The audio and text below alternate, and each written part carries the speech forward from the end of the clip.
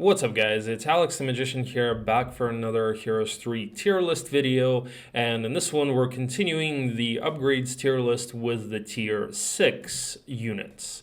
So as always, let me know what you guys think in the comments below. I'm curious to hear if you guys agree or disagree and why. And as usual, feel free to check out my Twitch stream if you guys want to hear or see more Heroes 3 content in English in real time and see me actually play PvP games in real time and freak out when I get unlucky or I get trolled or something like that. So the link is in the description below.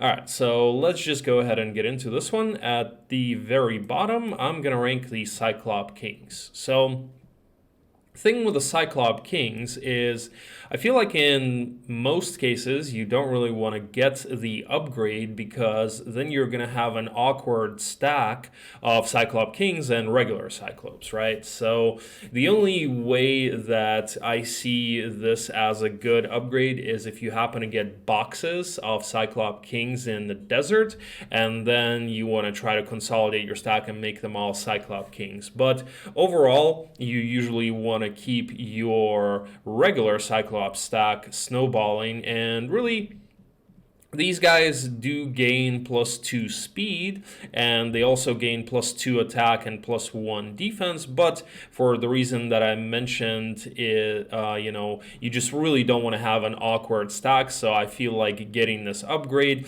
and it's actually not easy to get this upgrade either, because as Stronghold you are likely going to be building behemoths. And to build both behemoths and cyclops is a bit difficult because their build paths are different and require different things.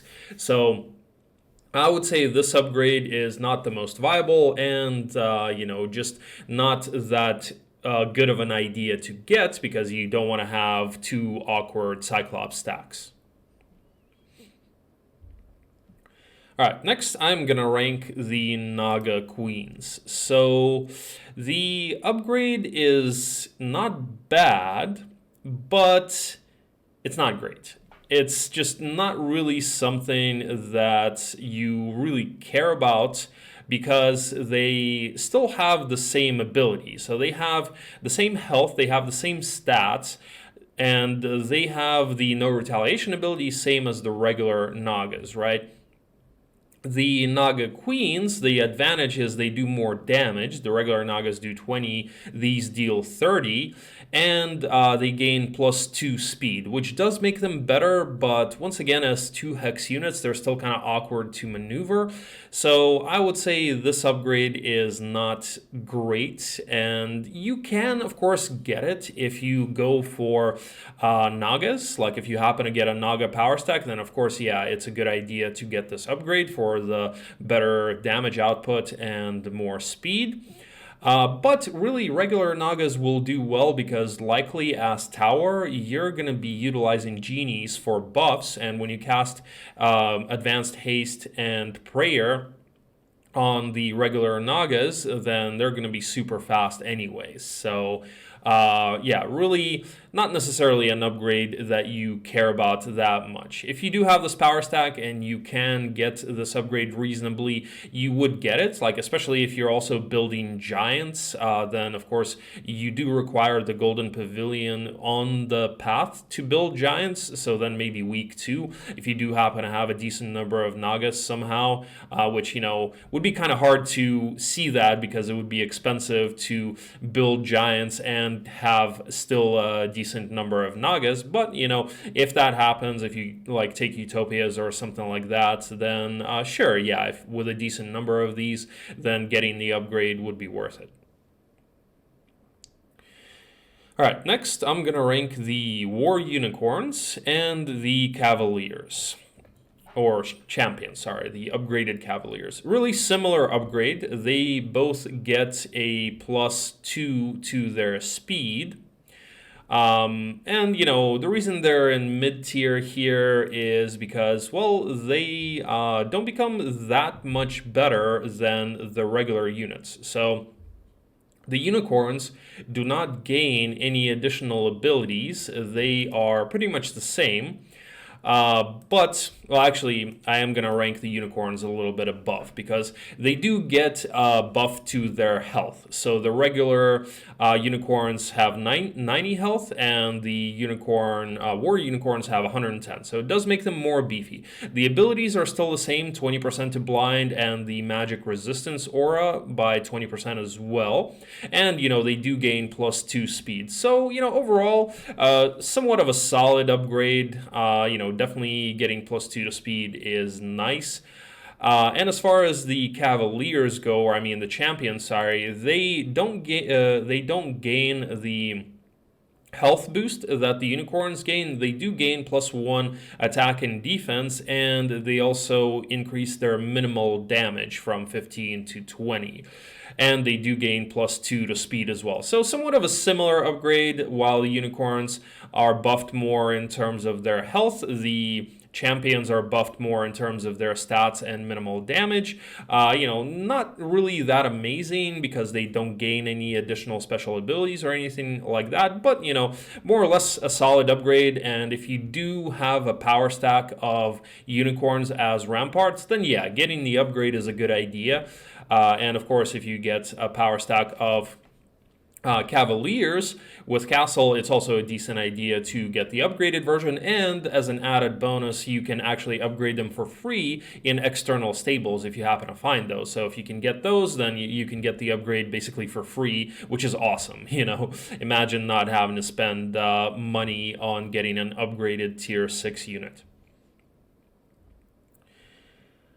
Okay, next I'm gonna rank the Dread Knights, the Wyvern Monarchs, and the Scorpicors. So now we're getting into units that do have some interesting abilities. So let's talk about the Dread Knights first. So the Dread Knight itself is the best tier 6 unit. So I do believe the Naga Queens beat them in a one-on-one fight because of that no retaliation. But if the Dread Knights get lucky with their double strike or the double damage, then they can actually win. So as far as the Dread Knights go, they do have the best stats and highest HP out of all the tier 6 units. So the upgrade also gives them +2 attack and defense and +2 to speed. And it gives them the Death Blow ability, which doubles their damage if it procs. I believe it's only a 20% chance to actually proc, and like I said, I don't necessarily like the abilities that you need to get lucky with, but when it does proc, it is pretty damn amazing. Just doubles your damage. Again, usually it's more annoying to face than it is when it's on your side because you're not really gonna have Dread Knight's power stack that often, but you can go for it. And if you do get external Black Knight dwellings as Necro, then getting the upgrade would certainly be worth it. It is expensive, but if you can manage a power stack of these guys, then they will be pretty difficult for your opponent to deal with. All right, as far as the Wyvern Monarchs go, I do really like this upgrade. The biggest thing is the increase of speed by 4. So the regular Wyvern have speed 7, these have speed 11, and they also gain damage boost from 14 to 18 to 18 to 22. So +4 to the minimum and the maximum. And they also gain the poisonous ability, which I believe gives them a 30% chance. I'm not sure if I'm right about that. Please correct me if I'm wrong. But I believe it's a 30% chance to poison whatever you're fighting, which decreases their health by 10% each round when the poison is active. So definitely a good ability if you can actually utilize it. And like I said, I don't really love abilities that require RNG to proc, but the good thing about these is that you can utilize 1 stacks, right? And it's really nice when you have a big power stack of Monarchs, you put them at the bottom. Let's say you utilize something like Mass Haste, and then you make like 3 or 4 1 stacks, and you attack the 1 big power stack that your opponent has with the 3 1 stacks first. Take the retaliation, proc proc poison, maybe if you get lucky, proc it a couple of times, and then hit them with the main stack, dealing that much more damage. So definitely a cool ability to have. I would say the biggest thing is certainly their speed increase, which allows you to, do fights better and maneuver better. And also, you can take pickets even when you're not on swamp terrain. So overall, I would say a really solid upgrade. The only problem with it is the fact that you're going to have an awkward wyvern stack when you farm additional hives in a desert or something like that. So that's really the only thing, kind of similar to the Cyclops. The Cyclops Kings upgrade, where you'll have an awkward, kind of like 2 power stacks. But of course, you can always go back and upgrade them in your town. But until then, you might have to fight with a couple of different power stacks. All right, as far as the Scorpicores go, also a good one to have, in my opinion. It does give them the same speed boost from 7 to 11, which once again makes them a lot more maneuverable. Wow, I butchered that. And it does give them a stat increase by 1 to attack and defense, and it also gives them the paralysis ability, which has 20% chance to proc, which can be super useful. Again, you can utilize that as one stacks that can paralyze something from your opponent, and that works even on undead, whereas something like blind does not. But usually it's more of a pain in the ass to actually face these than it is to have them on your side. But if you do go for a power stack of manticores as dungeon, then getting this upgrade is pretty good, I would say. Okay, next I am going to rank the Nyx Warriors and the Efreet Sultans. And so the Efreet Sultans first, and then the Nyx Warriors as the higher one. Both really good for different reasons, of course. Efreet Sultans gain a really good speed boost from 9 for the regular Efreet to 13, right? And speed 13 is really awesome because that will help you outspeed most of your opponents if they're relying on something like angels or dragons. The only units that will be able to match speed would be serpentfly or dragonflies from Fortress, and of course firebirds would be able to outspeed you, right? But in any other case, if your opponent is facing you with angels, then you can usually outspeed him, unless of course he has speed artifacts. And this helps you utilize Armageddon strategy since they are immune to fire. So overall, a good unit to upgrade, and of course, it also gives them the Fire Shield ability, which makes them a pain in the ass to actually fight with melee because they will be dealing additional damage with the Fire Shield based on the strength of the attack of whatever is going to hit them. So overall, really solid upgrade if you do have a good amount of Efreet as Inferno, then certainly getting this upgrade is something you want to do. All right, and as far as the Nyx Warriors go, definitely also a really good upgrade to have. These guys increase their ability twofold, right? So they reduce the attack of whatever they're fighting, the regular Nyx only by 30%, these guys by 60%. So it makes them super tanky. It also increases their health by 10 and their attack by 1 and their speed by 1. But the doubling of the ignoring the opponent's attack is really why you want to get this upgrade. Just makes them super tanky, super good units, and if you are going for Nyx as Cove, you really want to get this upgrade. I mean, I would say it's essential. Makes them much better in hives, in conses, in fights against your opponent. Just makes them much more difficult to deal with. That 60% ignoring the opponent's attack is just really, really nasty if he can't deal with it with something like magic.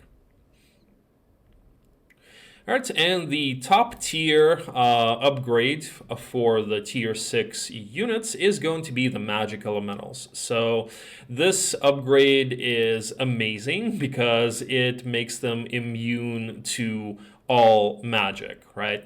So it also does give them a damage boost by 5 to minimum and maximum. It gives them +5 health and +2 speed, but really it's the magic boost or like the magic resistance, magic immunity that gives them, why I put them in the S tier. It really makes them a pain in the ass to deal with unless your opponent has Black Orb or something like that, so really when you are utilizing magic or you're afraid of your opponent utilizing magic, having these in your army can really help you. I actually had a tournament game recently where we ended up going into like month 2, and I ended up farming a conflux biome and getting a bunch of magic elementals, and that was part of what helped me win the game because my opponent didn't have a Black Orb and he just could not really have an answer for the magic elementals, and I could use things like Armageddon and Chain Lightning without worrying about hitting myself.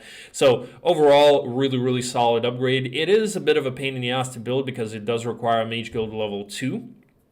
But if you do go for Psychic Elementals, if you have a few dwellings of Psychic Elementals as Conflux, then yeah, getting this upgrade is definitely a really good idea because it just really makes your army a pain in the ass to deal with, as the opponent cannot rely entirely on magic.